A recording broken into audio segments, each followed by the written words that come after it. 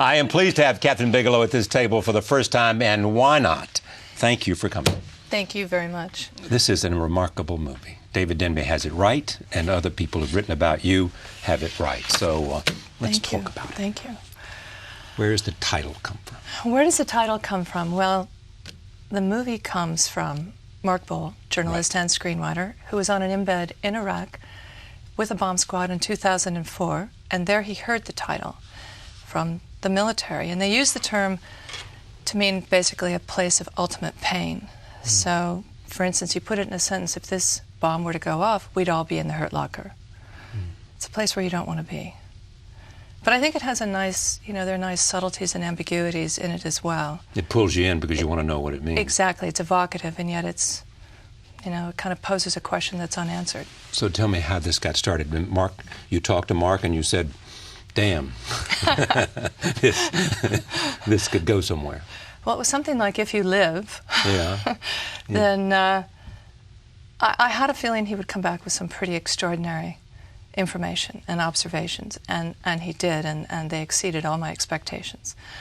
And I persuaded him that there was a movie in this, and I think he was eager to take on that possibility and opportunity as well.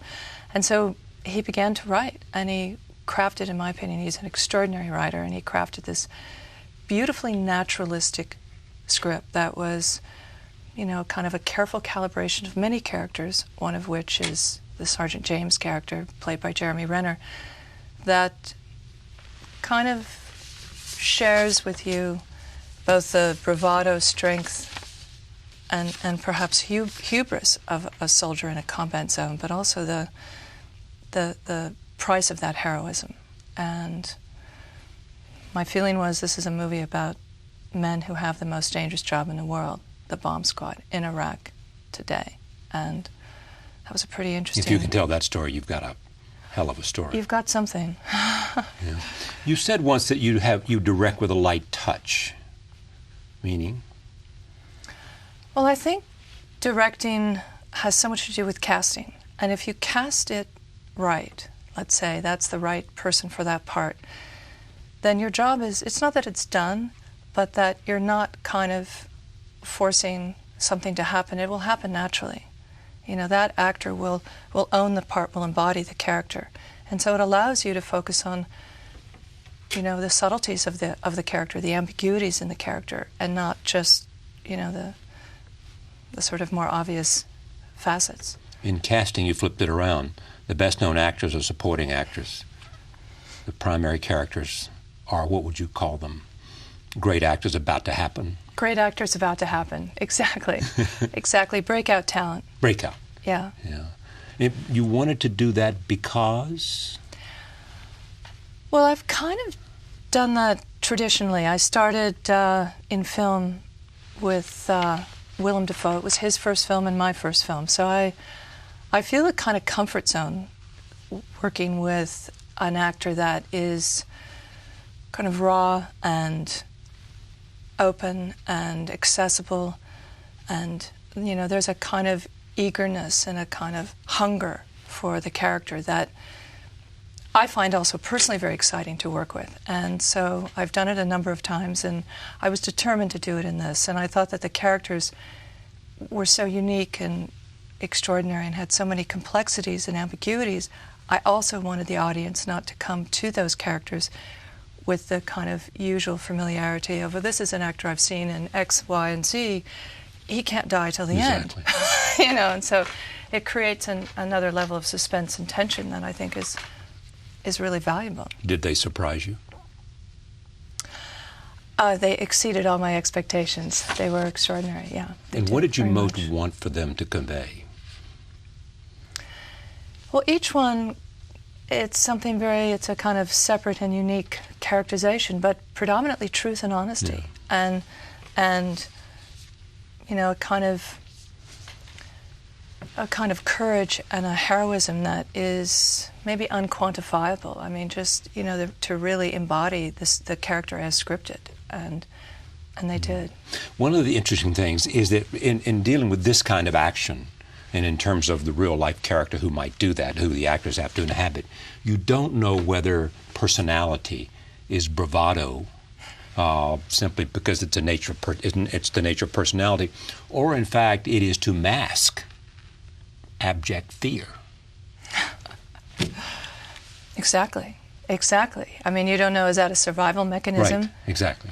Kind of switched on in order to protect you, or is it your own innate character in the face of certain catastrophe?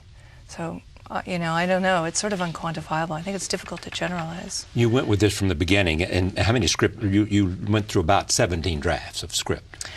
Went through a few drafts, and that really was an opportunity for Mark to refine it and really kind of carefully calibrate all the characters. And plus, when he wrote it, he was in Los Angeles, and then when we found the locations in Jordan, he also rewrote the scenes to work with those particular locations. So it was very, very specific, and because the piece originated as a work of reporting, we both wanted to keep it very repertorial and authentic, and there was so much specificity in the script that, he kind of wanted to maintain all those details as we found the locations and cast the parts, and he incorporated all of that into the final draft. You had total creative freedom on this film. Yes. What difference did it make? Well, I think on a piece like this, it sort of demanded and necessitated it. First of all, we shot in the Middle East. We shot in and around the city of Amman, right. Jordan. And I think if we had produced it under more conventional means, that would have been a non-starter. We would have been in New Mexico or Arizona and replicating a Bedouin village, and that would have been that. But I also wanted to be able to cast breakout talent and relatively unknown actors and final cut. And so all of those elements were important to this piece becoming what it is, and being able to protect it and ensure that what was on the page actually was on the screen and there was no interference. And when you see this film, it is what you intended to do. Absolutely, from beginning to end. All right, here's the first clip. Take a look at this. And when the bomb squad approaches a presumptive enemy, only to realize that they are actually fellow Americans with Ralph Fiennes, among others. Here it is. To that scene. Just tell me that scene. Well, I just feel the heat and the punishing heat of the Middle Eastern summer sun and shooting it. But it's actually a true incident that was reported to Mark from somebody who was on his second or third tour of duty in Iraq. And there's a kind of, obviously a sort of anxiety level that's at, all sort of survival mechanisms are pinned on red. And so you're almost impossible to interpret that somebody is speaking to you in English. You so anticipate it to be Farsi or Dari, or and so it was a very interesting exchange, a real flashpoint exchange wherein anything could have happened, and so we reinterpreted it as a scene in the movie. Back to our discussion about war. What is it that you like so much about action? I actually look at it from the standpoint of character. However, I am drawn to characters that find themselves in extreme situations and have peak experiences. And I think as a filmmaker, I believe that the medium can be very experiential. I can transport, you to any location where you can actually have a physiological response to that location. So I'm drawn to characters that allow me to kind of push the medium in that direction. And I suppose there's an artistic challenge there that is kind of exciting to me. And so telling a sweet little love story didn't have much appeal to you? Well, I don't know. It's a little less.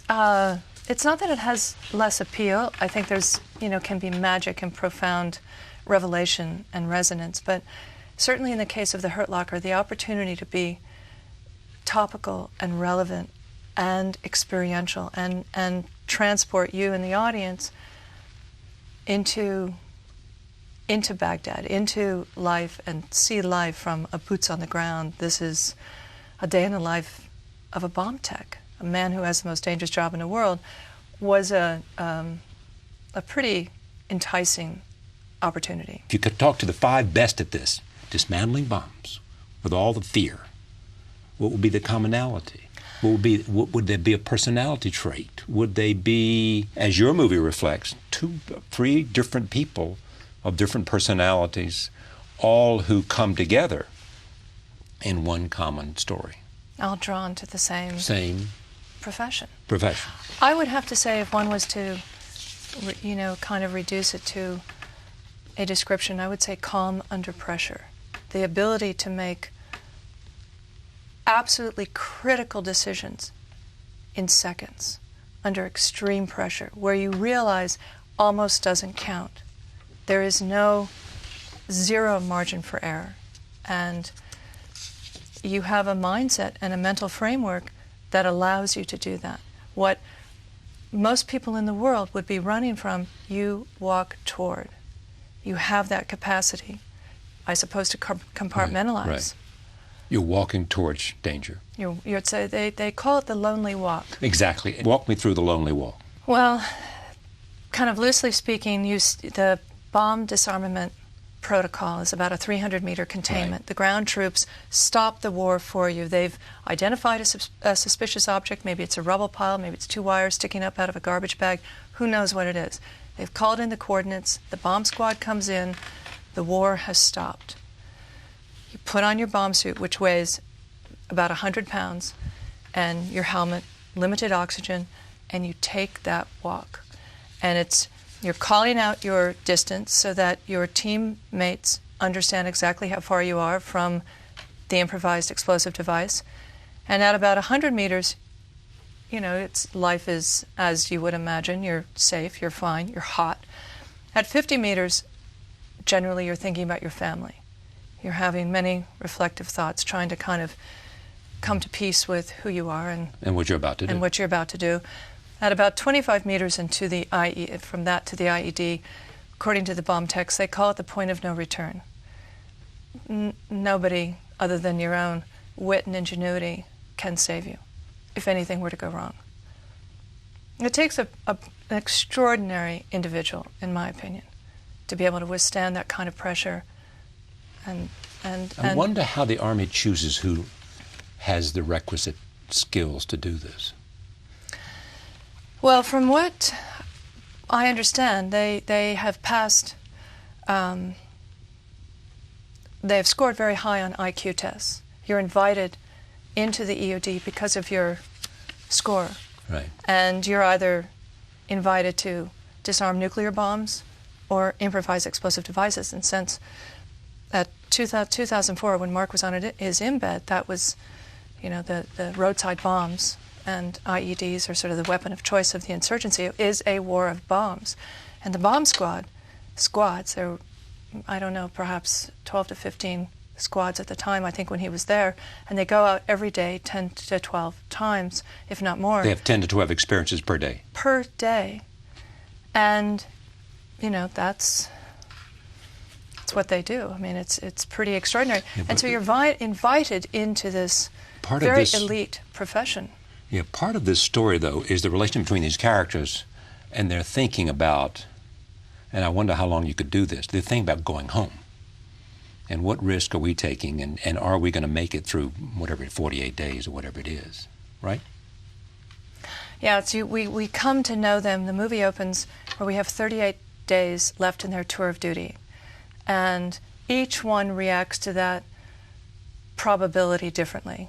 And there's, a lot of sort of complexity within the characters. And of course, the main character, being Sergeant James, has a kind of, evidences a kind of, I suppose, reckless bravado. Cowboy. He's a cowboy. But it's married to a profound skill set. And so finally, you come to realize it's not that he transforms, because at first you like the other team members, perhaps think, what's more threatening, the bomb or my team leader? But then you come to realize that that kind of bravado and hubris is married to an incredible skill set that he wields with such authority that he actually will keep you alive. And where do you put within that construct how much he likes the danger? Well, I think that's something that for me is a real key to the character. There's a scene toward the end where the James character turns to his teammate, Sanborn, played by Anthony Mackie, and he says, there is a kind of self-awareness. He finally, at the end, he says, do you know why I am the way I am? He's aware that he's somebody who is attracted to what he does, that he's eager to replicate these experiences again and again and again. And so there's a kind of, there's a kind of complexity and depth and I think surprise to the character that Mark's crafted. All right, let's take a look at that. Here's one of the other actor is David Morse, right? Yes. Plays Colonel Reed. Your father wanted to be a cartoonist, ran a paint store. You wanted to be a painter. You end up as a filmmaker. So what happened? I took one road that went in that direction. Well, you went to art school. Yeah, went to art school. I was at San Francisco Art Institute. I grew up in Northern California. Right. And I'm painting away. And I suppose my kind of canvas of choice at the time was abstract expressionism. Right. And so they're big gesticular canvases, which perhaps explains sort of rather... An evolution of movies.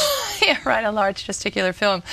But I went to New York, actually through the Whitney Independent Study Program, and was still making art, and I got involved with a group of artists, from conceptual artists to political artists, and began to kind of move off the canvas into environments and sculpture and performance until I discovered film, and I would make these short films, and then the films kind of began to expand, and it just seemed to be like a natural evolution, and still fascinating. And if it's a natural evolution, where is it headed?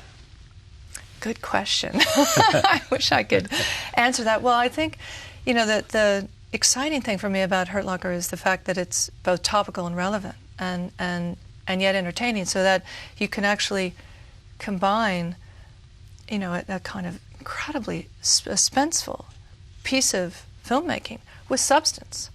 And so that, I think that begins to coalesce back into the sort of art world past, where you could actually have spectacle and art, and they can coalesce. Thank you very much. Thank you very much. What an honor. Thank you. Thank you for joining us. See you next time.